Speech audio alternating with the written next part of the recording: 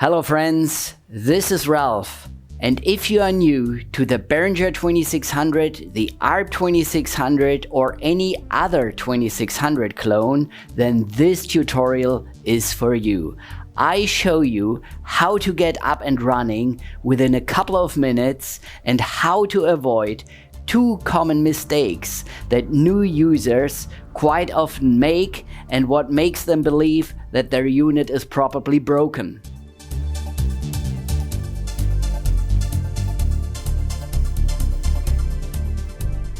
When I browse through some synthesizer forums, I quite often read that new users are often quite overwhelmed by the sheer possibilities and options of the 2600 synthesizers.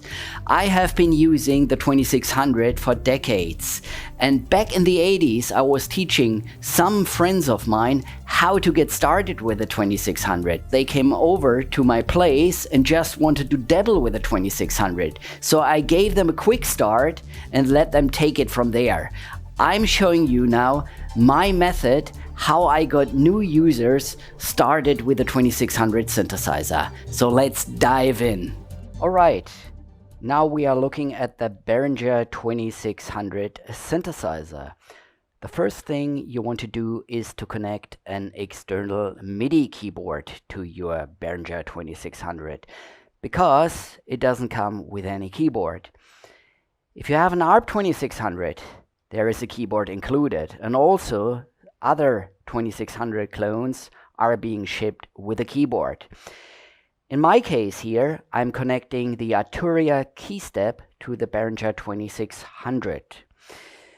Before we go ahead, I want to tell you that for beginners, it's best to just go with the pre-wired connections of the 2600 synthesizer, because it can be a bit overwhelming if you start cabling around. Just go with the pre-wired connections, start exploring and get a feeling how the various modules behave. So, after connecting the keyboard, you go to the keyboard section here and set the repeat switch, keyboard repeat switch to off. And then also you set the trigger mode to multiple. Alright, I'm showing you now how the signal flows through the 2600. You have three oscillators. Oscillator VCO number 1, 2, and 3. You can set all oscillators to an audio range and to an LFO range. So make sure all these switches are set to audio range upward. They go into the VCF. The VCF has an audio mixer section here and then a control section here. So we bring all oscillators into the VCF by turning all the sliders for VCO number 1, 2, and 3 all the way up. I have tuned, when I start tuning my 2600 synthesizer, I like to go with VCO number 2, set it to an A. VCO number 3, I slightly detune it also to an A. And VCO number 1, I usually tune to an A 1 octave below. So then we go here to the voltage controlled amplifier, the VCA. We also have an audio mixer section here where we bring in the VCF. Yeah. And then we have a control section. We control the amplitude with the AR. And then we have a final mixer section where we can bring in the VCA. You turn it all the way up. So now when I press a key, there is a sound. For the beginning, make also sure that you open the filter all the way. So I press the key and the AR is controlling the amplitude of the VCA and there is a sound. You see here on the AR, you have a time factor switch. Dabble around with the 3 settings and get a feeling how the AR behaves in the different time factor modes.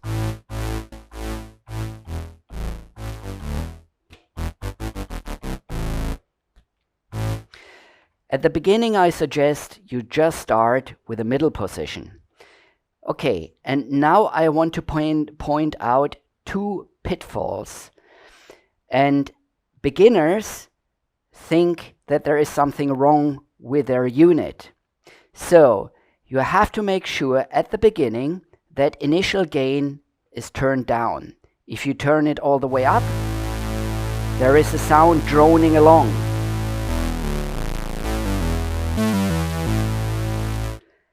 And people get confused because the sound keeps on droning even after they have released the keyboard. Okay, another pitfall is the VCF going into the mixer. Here again, you have the sound droning on, because if you turn the VCF, run it into the final mixer, there is no amplitude control. And if the filter is all the way up or in the middle position, the sound keeps on droning on. And once again, beginners get confused that the sound keeps on droning even though they have released the keyboard.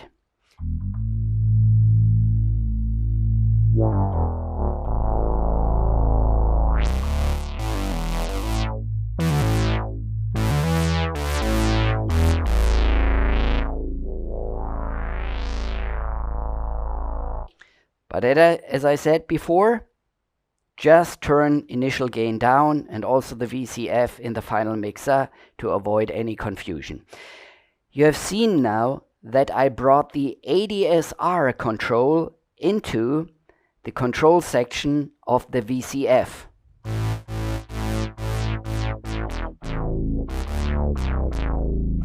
Okay, once again, here you should dabble with the various time factor settings and get a feeling how the ADSR of the 2600 controls the filter.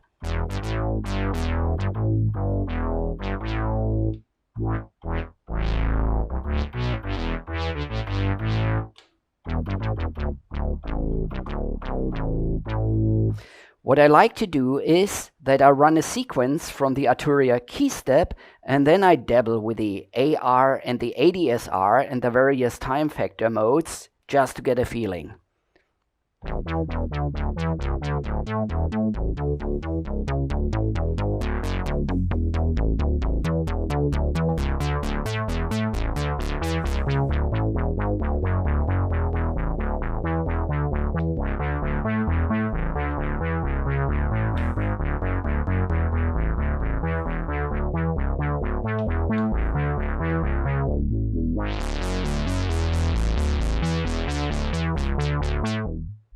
One more important thing about the AR is this switch here.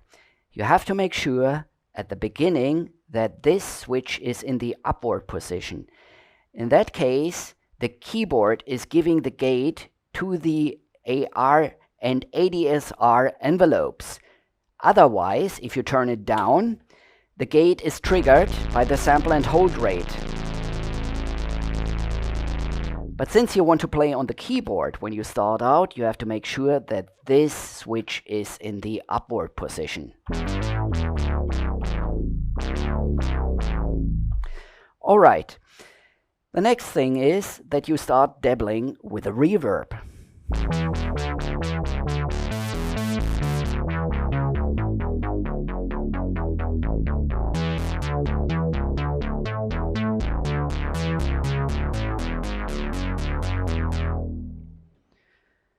The next thing you can do is checking out the sample and hold module.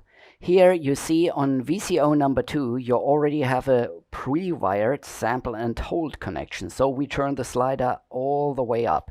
Then we go to the noise generator, also turn both sliders all the way up, because the sample and hold module has a pre-wired connection to the noise generator. It's taking samples from the noise generator and sending it then now to VCO number 2.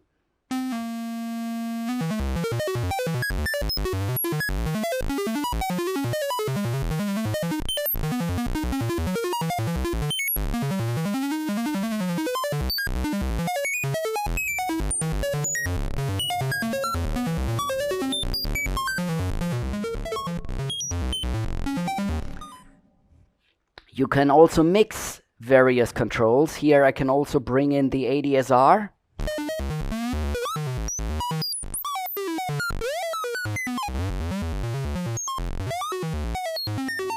And also bring in the reverb. Totally up to you. Just start exploring and get a feeling for the synthesizer. So the next step is to set VCO number 1 to LFO mode. So we turn the switch down. When all the switches are upward, in the upward position, all oscillators are in audio range. If you turn down the switch, it's in LFO range. Once again, we see here on oscillator number 2 that there is a pre-connection. VCO number 1 with its pulse wave going into VCO number 2, controlling the frequency.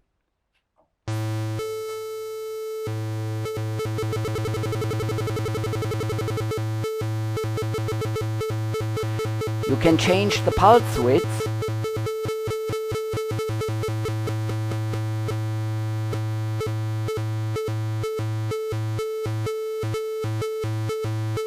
and see how the pulse width is affecting the frequency of oscillator number 2. And once again, you can mix this with other frequency control settings. Here the ADSR and sample and hold.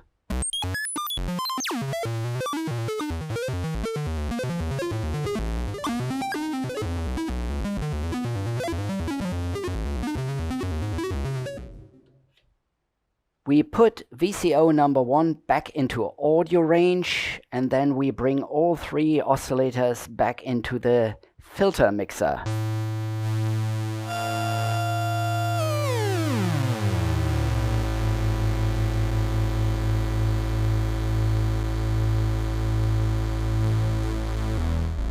Okay, now this is a basic patch from where you can start exploring your 2600 synthesizer. As I said before, just go with the pre-wired connections, dabble around, get a feeling for the synthesizer and how the various modules behave.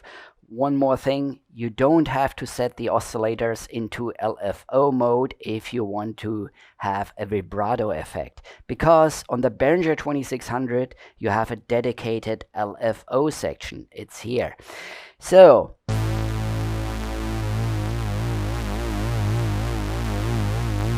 this LFO has a pre-wired setting affecting all 3 oscillators. So that's the basic patch. Start exploring from there, have fun, take it away. Okay, that's it for today. I hope this tutorial was useful and could help you to get started with the 2600 synthesizer. I know seasoned and veteran users of the 2600 know this already, but perhaps you could pass it on to some beginners who may benefit from my video. By the way, I have created a bunch of other videos about the ARP 2600 and the Behringer 2600. I put the link to the playlist either up here or into the description box of today's video. Alright, that's it for today. So as always, thank you so much for watching. I hope to see you again in my next video, and until then, take care, stay safe, peace!